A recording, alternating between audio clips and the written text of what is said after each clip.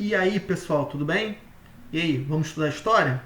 Mas antes da gente começar, eu queria perguntar uma coisa para você. Você que tem acesso ao portal do SAIS, ao aplicativo, você já foi lá, fez o seu login, colocou sua senha e já acessou o portal? Se ainda não, galerinha, tá perdendo a oportunidade.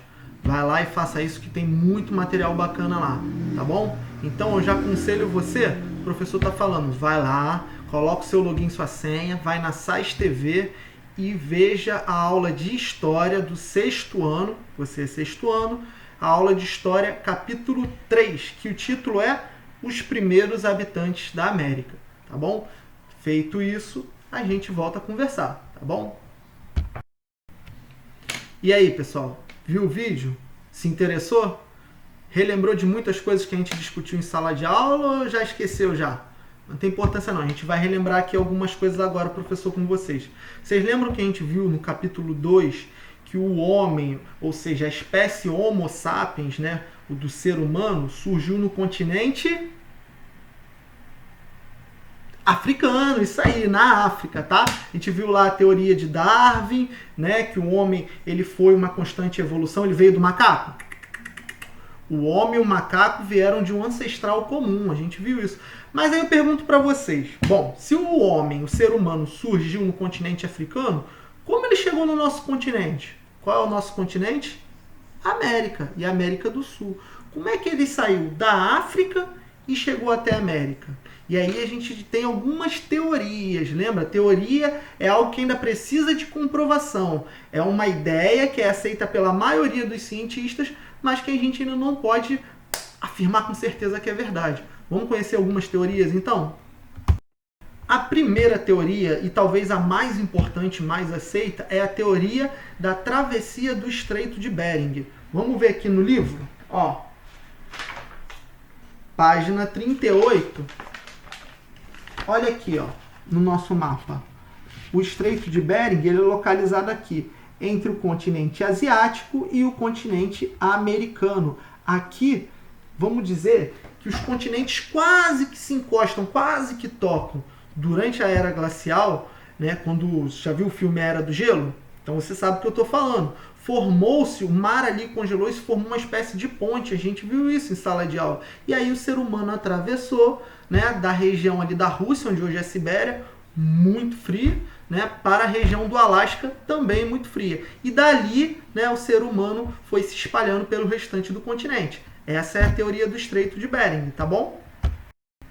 Porém, entretanto, todavia e contudo, vimos que também o caso do crânio encontrado na região de Lagoa Santa, Minas Gerais, que ganhou o nome de Luzia, né? É um crânio da espécie Homo sapiens que foi encontrado datado bem antes do período de tempo da travessia do Estreito de Bering. Então, se formou-se outras teorias além da Estreito de Bering, como, por exemplo, a teoria do crânio de Luzia. Né? Quando foi analisado em laboratório os traços do crânio da Luzia, foi visto que não era do gênero asiático ou europeu, da onde vem o Estreito de Bering, mas sim de traços africanos, ou seja, provavelmente um povo mais antigo que viveu aqui na região do Brasil, espalhado pela América do Sul, veio diretamente da África. Ou seja, essas teorias elas vão evoluindo, elas vão avançando. A história não é uma ciência estagnada, ela é uma ciência em constante evolução. Então, Luzia, que é o crânio, né, mais, digamos assim, datado de mais retrocesso no tempo, de maneira mais antiga, né, mudou muita coisa na ciência, tá bom? Isso é importante a gente entender. Já na página 42 e 43 do nosso livro, a gente vai estar vendo que está falando um pouquinho da Serra da Capivara. O que é a Serra da Capivara?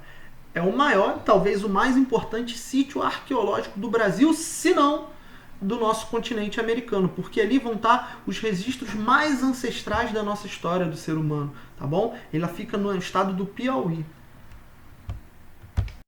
Como você pode acompanhar no seu livro, na página 42, ali existia uma mega fauna, era muito rica e muito diferente do que é a fauna atualmente do Piauí e a flora também. A gente sabe que o Piauí, por ser um estado do Nordeste, mais ao sertão, existe ali uma vegetação seca, Mas durante anos e anos, milhares de anos atrás, não era assim. Tinha floresta, tinham rios e lagoas. E aí a fauna também era diferente. Veja, por exemplo, esse esqueleto aí da preguiça gigante, o fóssil do tatu gigante. Até tigre e dente de sabre tinha nessa região. Mas o que mais importa para a gente são as chamadas pinturas rupestres. O que são as pinturas rupestres? São aqueles desenhos que os povos da antiguidade, da época das cavernas, da pré-história, faziam nas paredes das cavernas. E aí, algo que é muito importante, muita gente não sabe, daí a importância da gente estudar com um professor que conhece história, que estudou a fundo a história, ou seja, com um profissional de história, que nem sempre aquelas pinturas de caçadas e de pesca retratam a realidade. Ou seja, aquelas pinturas nem sempre aconteceram, mas aquilo na verdade era um desejo. Então quando o homem das cavernas, né, pintava lá uma caçada, não é que a caçada aconteceu, mas é que ele queria que a caçada acontecesse, era um desejo ou até mesmo um sonho. Então essas pinturas tinham um sentido místico, ritualístico e até mesmo religioso. Por fim, na página de número 46, a gente vai ter aqui essas montanhas enormes aqui, essas formações calcárias, os sambaquis, que eram o quê? Nada mais nada menos que grandes elevações calcárias feitas com conchas, restos de animais marinhos,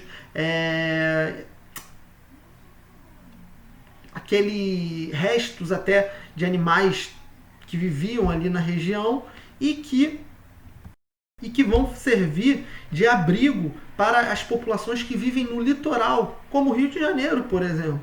Tá bom? Então dá uma olhada, dá uma lida nessa parte aí para poder você ver melhor o sambaqui. Eles formam uma grande montanha e se você olhar bem perto você vai conseguir ver algumas conchinhas, tá bom? É porque as civilizações que ali viviam, elas se alimentavam da ostra e jogavam a concha ali. E com o passar do tempo se formando essas montanhas que serviam de abrigo e também até mesmo de cemitério para enterrar os mortos, tá bom? A gente fica por aqui, acompanha a videoaula, vou produzir mais conteúdo aí pra gente, tá bom? Beijão, tchau, tchau.